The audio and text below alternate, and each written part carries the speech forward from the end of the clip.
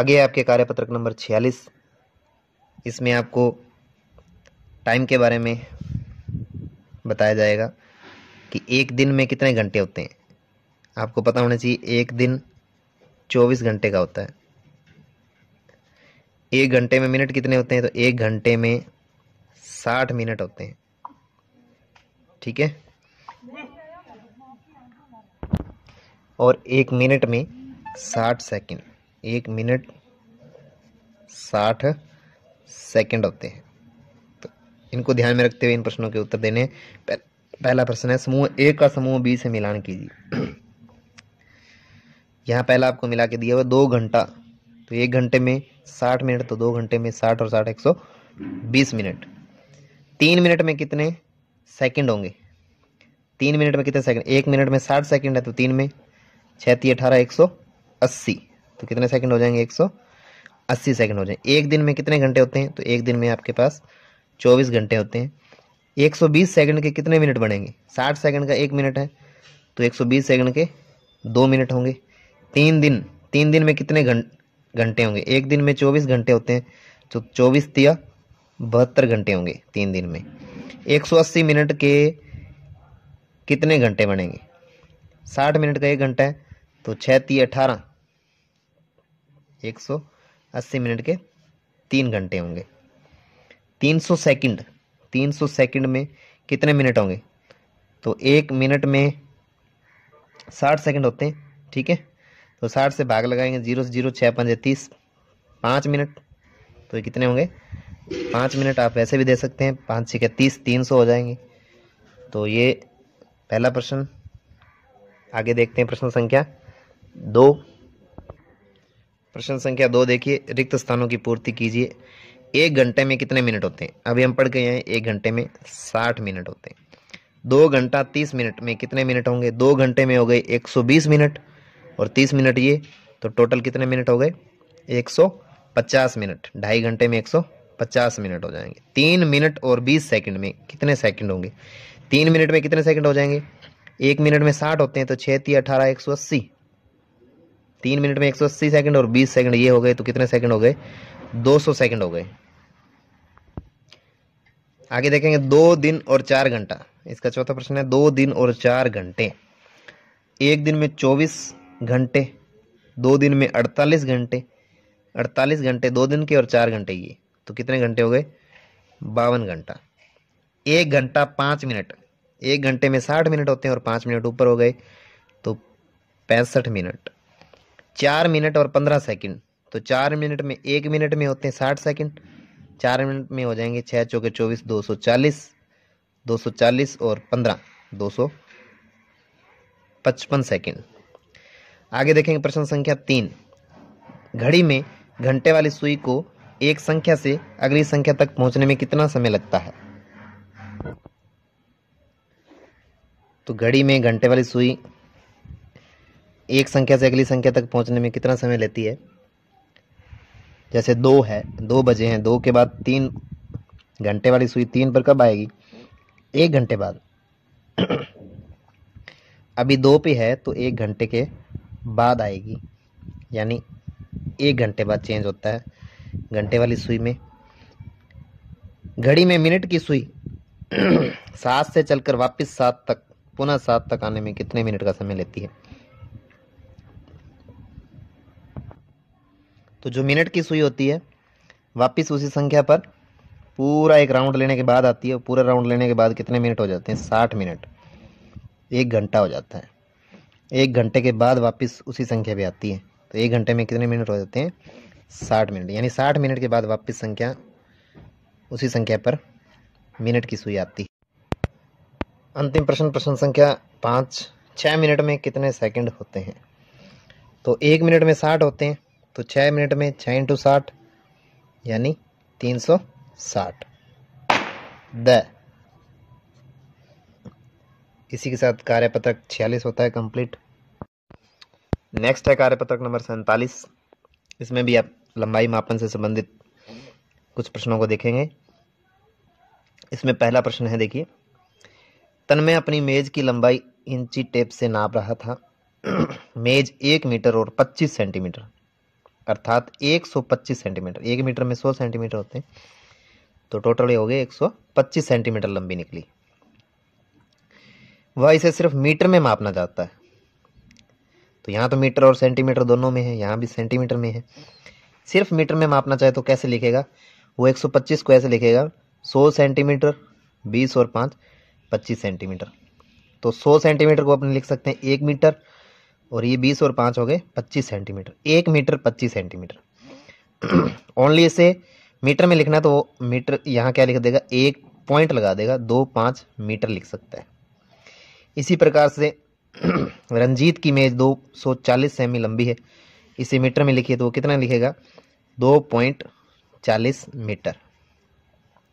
महेश का कमरा 450 सेंटीमीटर लंबा है, तो इसे मीटर में कैसे लिखेगा, वो 450 यानी 400 के वो 4 मीटर हो गए और 50 सेंटीमीटर हो गए, तो 4 मीटर और 50 सेंटीमीटर यानी 4.50 मीटर लिख सकते हैं इसको।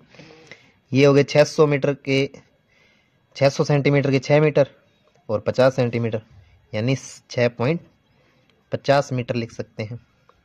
इसी प्रकार से इसको 5.10 मीटर लिख सकते हैं, इसको 4.70 मीटर लिख सकते हैं, 4.70 मीटर लिख सकते हैं। इसी को आपको अब सारणी में भरना है, जैसे ऊपर बताया उसको इस सारणी में आपको लिखना है। रंजीत की मेज, तन्मय की मेज तो इसने लिख दी है। रंजीत की मेज कितनी थी, ऊपर देखेंगे 240 सेंटीमीटर, ठीक है, तो इसमें 2 मीटर और 40 सेंटीमीटर यानी 2.40 मीटर यहाँ आप लिख सकते हैं। महेश का कमरा कितना था, 450 सेंटीमीटर लंबा, तो यानी 4 मीटर और 50 सेंटीमीटर लंबा, इसको लिख सकते हैं 4.50 मीटर। इसी प्रकार से मीशू का कमरा कितना था, 650 सेंटीमीटर लंबा, इसे मीटर में लिखना है तो 6 मीटर था और 50 सेंटीमीटर था, 6.50 मीटर इसको लिख सकते हैं, 6.50 मीटर। उसके बाद रिया की साड़ी कितनी थी, 510 सेंटीमीटर लंबी थी, तो 5 मीटर और 10 सेंटीमीटर लंबी, तो इसको क्या लिखेंगे, 5.10 मीटर। बबीता की साड़ी कितनी थी, 470 सेंटीमीटर लंबी, तो यानी 4 मीटर और 70 सेंटीमीटर, 4.70 मीटर। इस प्रकार से आपको सारणी में लिख देना है। इसी के साथ कार्यपत्रक 47 होता है कंप्लीट। आगे है आपके कार्यपत्रक नंबर 48।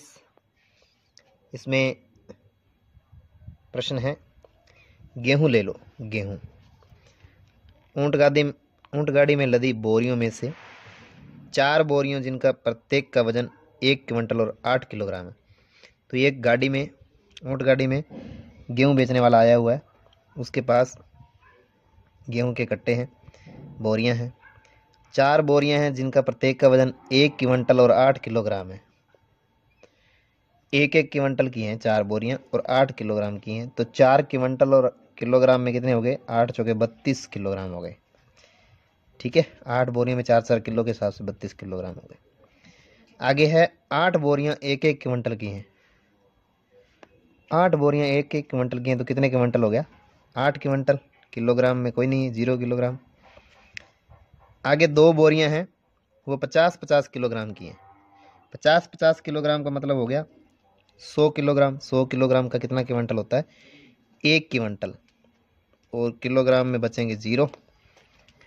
ऊंट गाड़ी में, तो बताओ ऊंट गाड़ी में कितना गेहूं लदा हुआ है, तो टोटल कितना गेहूं लदा हुआ है देख लेंगे। 8 और 4 12 और 1 13 क्विंटल, और किलोग्राम में 32 किलोग्राम, तो कितना है 13 क्विंटल 32 किलोग्राम गेहूं इस ऊंट गाड़ी में लदा हुआ है। ऊंट गाड़ी वाला ये गेहूं गांव में बेच रहा है, तो एक व्यक्ति है, उसको वो कहता है मुझे 4 क्विंटल और 32 किलोग्राम गेहूं चाहिए। तो गाड़ी के अंदर कितना गेहूं है, ऊंट गाड़ी में कुल गेहूं है 13 क्विंटल और 32 किलोग्राम। उसने गेहूं दिया, इसको कितना गेहूं दे दिया, 4 क्विंटल और 32 किलोग्राम, 4 क्विंटल और 32 किलोग्राम दे दिया। तो गेहूं कितना बच गया? किलोग्राम में तो कुछ नहीं बचेगा, 0। 13 में से 4 गए, 9 क्विंटल। तो कुल गेहूं कितना बच गया? 9 क्विंटल। फिर आगे जाता है, आगे ये लेडीज़ बोलती है मुझे 2.5 क्विंटल गेहूं चाहिए, तो इसको 2.5 क्विंटल गेहूं चाहिए। तो इसके पास गाड़ी में अब कितना है? 9 क्विंटल और 0 किलोग्राम। और गेहूं इसको देना है 2 क्विंटल और किलोग्राम कितने? 2.5 क्विंटल में कितने किलोग्राम होंगे? 2 क्विंटल में हो गए, तो 2 तो क्विंटल हो गए, आधे क्विंटल का मतलब है 50 किलोग्राम। ठीक है, तो कितने बचेंगे शेष? 9 क्विंटल है और 2.5 क्विंटल दे दिया, तो पीछे कितना रह गया? 9 में से 2 घटाएं तो 7 क्विंटल, और उसमें से 50 किलो और कम कर दें तो 6 क्विंटल और 50 किलोग्राम गेहूं पीछे रह गया है। नीचे लिखा है 2.5 क्विंटल, यानी 2.5 क्विंटल का मतलब है 2 क्विंटल और 50 किलो गेहूं इसको दिया है। तो गाड़ी वाला आगे जाता है, आगे ये कहते हैं हमें 1-1 क्विंटल गेहूं चाहिए। तो ये कितने जने? 1 2 3 4 5 6 जने हैं, तो इनको 6 क्विंटल गेहूं चाहिए। तो कुल क्विंटल कितने पड़े हैं? 6 क्विंटल और 50 किलोग्राम गेहूं उस गाड़ी में है। गेहूं दिया, कितने क्विंटल गेहूं दे दिया? 6 जनों को 1-1 क्विंटल दिया, तो 6 क्विंटल गेहूं दे दिया और 0 किलोग्राम दिया। तो शेष कितना रह गया? 6.5 था, 6 दे दिया, तो 50 किलोग्राम गेहूं शेष रह गया है। क्विंटल में 0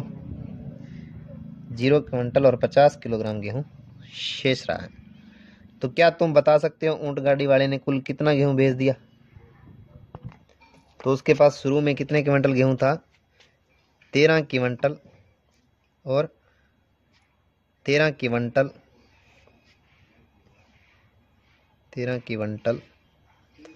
32 किलोग्राम गेहूं था। उसमें से उसने कितना बचा है उसके पास? 50 किलोग्राम बचा, बाकी उसने बेच दिया। तो ये 50 किलोग्राम क्या कर देंगे? माइनस कर देंगे। ठीक है, 0 क्विंटल बचा है और 50 किलोग्राम बचा, इसमें माइनस कर दें तो इसके पास कितना बेच दिया इसने वो आ जाएगा। 2 में से 0 घटाएंगे 2, 3 में से 5 जाता नहीं, इधर से आंसर ली तो हो गए 13, 13 में से 5 गए 8, इसके पास रह गए 2, तो 2 में से कुछ नहीं घटाना, तो 2 का 2 आ जाएगा और 1 का 1 आ जाएगा। ये आ जाएगा क्विंटल और ये आ जाएंगे किलोग्राम। तो उसने 12 क्विंटल और 82 किलोग्राम गेहूं बेच दिया है। इसी के साथ कार्यपत्रक 48 होता है समाप्त। नेक्स्ट है आकलन नंबर 9, पेज संख्या 64 पर। पहला प्रश्न देखेंगे, 5 क्विंटल में कितने किलोग्राम होते हैं? तो 1 क्विंटल में 100 किलोग्राम होते हैं। तो 5 क्विंटल में कितने हो जाएंगे? 500। 300 सेंटीमीटर में मीटर कितने होंगे? 1 मीटर में होते हैं 100 सेंटीमीटर, 100 सेंटीमीटर।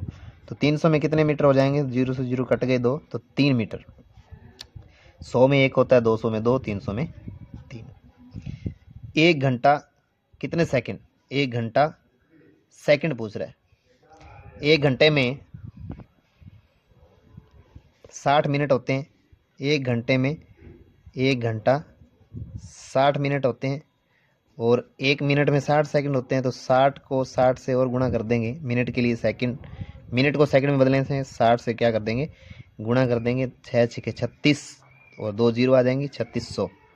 4 प्रश्न नंबर चौथा, घड़ी में मिनट वाली सुई यदि संख्या 12 पर है तो ठीक 1 घंटा पूर्व, 1 घंटा पहले मिनट की सुई, मिनट वाली सुई किस संख्या पर थी? तो 1 घंटा पहले 12 पर ही थी।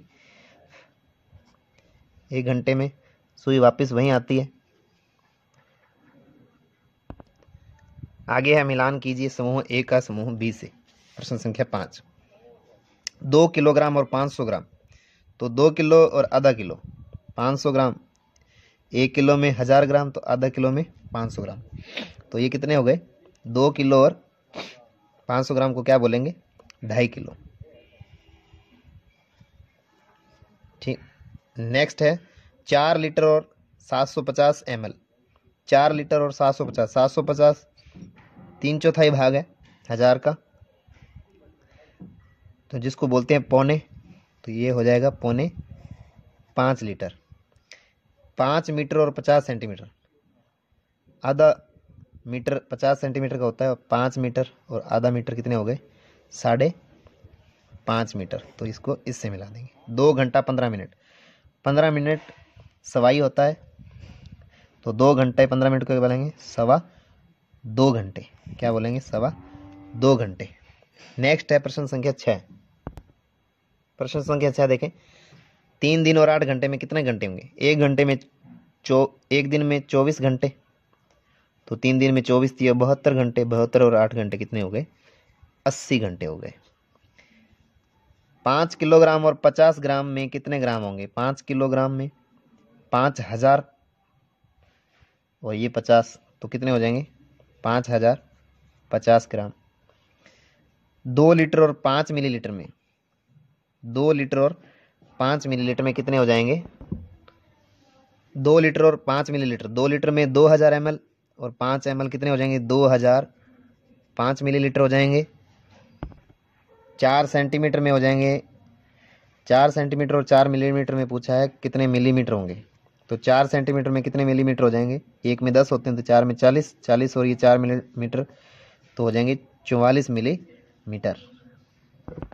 आगे प्रश्न संख्या 7 है, सत्य असत्य कथनों को छांटना है। सेंटीमीटर को मिलीमीटर में बदलने के लिए 100 से गुणा करते हैं। अभी हमने किया था सेंटीमीटर को मिलीमीटर में बदलने के लिए 10 से गुणा किया जाता है, 100 से नहीं किया जाता, तो ये कथन असत्य है। दूसरा है, किलोग्राम को क्विंटल में बदलने के लिए 100 से भाग देते हैं। तो आपको पता है कि एक क्विंटल में 100 केजी होते हैं, 100 किलोग्राम होते हैं, तो 100 किलोग्राम को क्विंटल में बदलना है, तो उल्टा कर रहे हैं, तो 100 से क्या कर देंगे?